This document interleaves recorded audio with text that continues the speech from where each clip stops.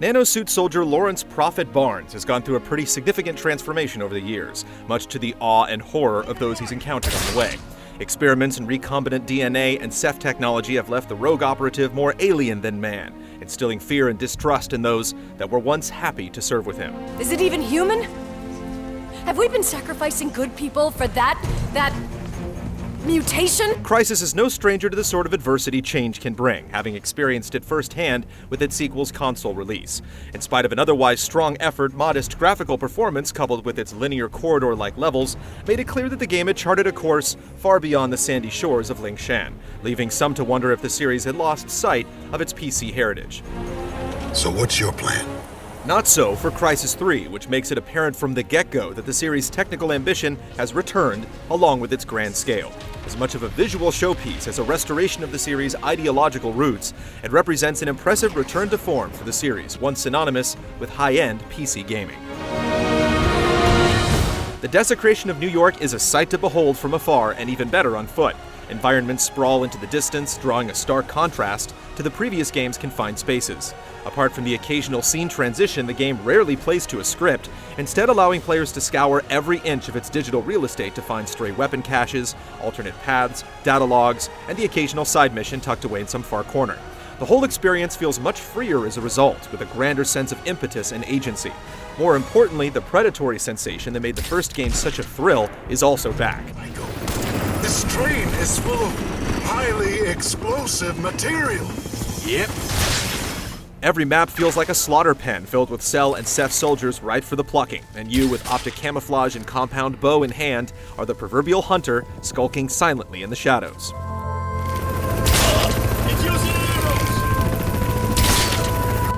That doesn't mean that they won't put up much of a fight, however. Fodder they may be, but Cell troops are quick to retaliate with alarming force, often radioing in backup at the side of a fallen comrade. Oh shit, they're here, call it in! Ceph forces are a much trickier sort, with all sorts of strange and exotic unit casts to test your adaptability on the battlefield. One such unit, the Scorcher, is a new addition that spews flame through a near impenetrable shell. Another is a flying drone that scouts the battlefield, dropping EMP blasts to disable your systems, and alerting nearby Ceph of your position.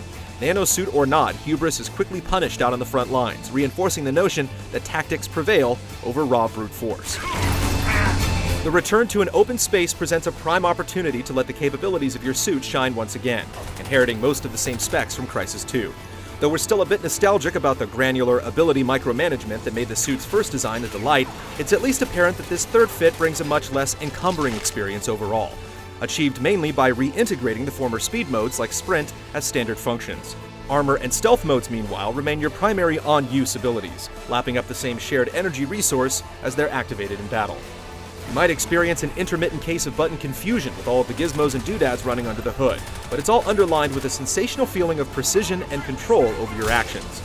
Roaming patrol routes, vertically designed landscapes, and enemies that vary in size and shape are often invitations to utilize the suit in any manner you see fit, with stray upgrade kits littered around the map, allowing further personalization of your playstyle.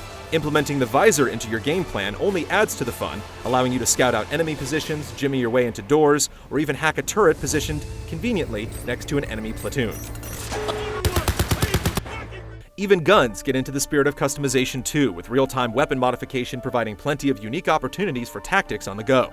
From silencers on assault rifles to underslung grenade launchers on SMGs, choices run the gamut with the amount of hardware at your disposal, and you're constantly encouraged to switch it up depending on the situation at hand. Even with futuristic alien technology at your fingertips, though, it's hard not to be smitten with the man-made efficiency of the Predator bow, a sleek, cybernetic contraption whose main perk is silent one-shot kills. You can switch out the standard heads for anti-personnel, electric, and explosive tips, manage your stealth while shooting, and even tweak string tension to achieve the style of archery you wish. Did we mention the whole Predator bit, too? Stay frosty. That son of a bitch you got is hella dangerous, over. As the last surviving Raptor team member, you'll find yourself fighting a grueling two-front war against the greatest threats humanity's ever known. But in terms of your actual time out in the trenches, expect around 5 or so hours on an average playthrough. It's a modest figure, especially when drawn up against the bulkier campaigns of series past. All the same, Crysis 3's campaign plays to a tight and uninterrupted flow with plenty of variety, creative level designs, and imaginative set pieces. You don't necessarily feel cheated for time, nor does it drag on and overstay its welcome. Multiplayer, on the other hand, is suitably more well-equipped for the long haul, with 12 maps, 8 modes, and a rank-based progression model derived from the military shooter template. Preset class loadouts run alongside those that can be freely customized, with an assortment of guns and mods to unlock as you reach various milestones. Match types, on the other hand, riff off genre standards like King of the Hill and Capture the Flag, alongside inspired new modes like Hunter, a round-based asymmetrical affair where a team of human grunts have to survive against a pair of perma-cloaked hunters on the prowl.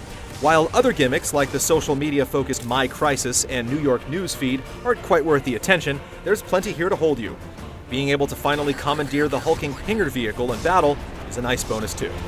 Keep that negative horse shit off my airwaves, or I will personally send you to fight the Ceph yourself as a one-man front line. Crysis 3, the end cap to the sci-fi shooter trilogy, recaptures the spirit of its source in an all-inclusive package wrought with the best elements from each game. And though it doesn't necessarily exceed series expectations, it certainly doesn't betray them either. The only concession is the compact campaign, but it's easy to overlook in light of the game's accomplishments overall. From its cerebral, open-ended gameplay and lavish visuals to its impressive scale and multiplayer execution, Crysis 3 and all of its careful engineering and design is certifiably dressed to impress.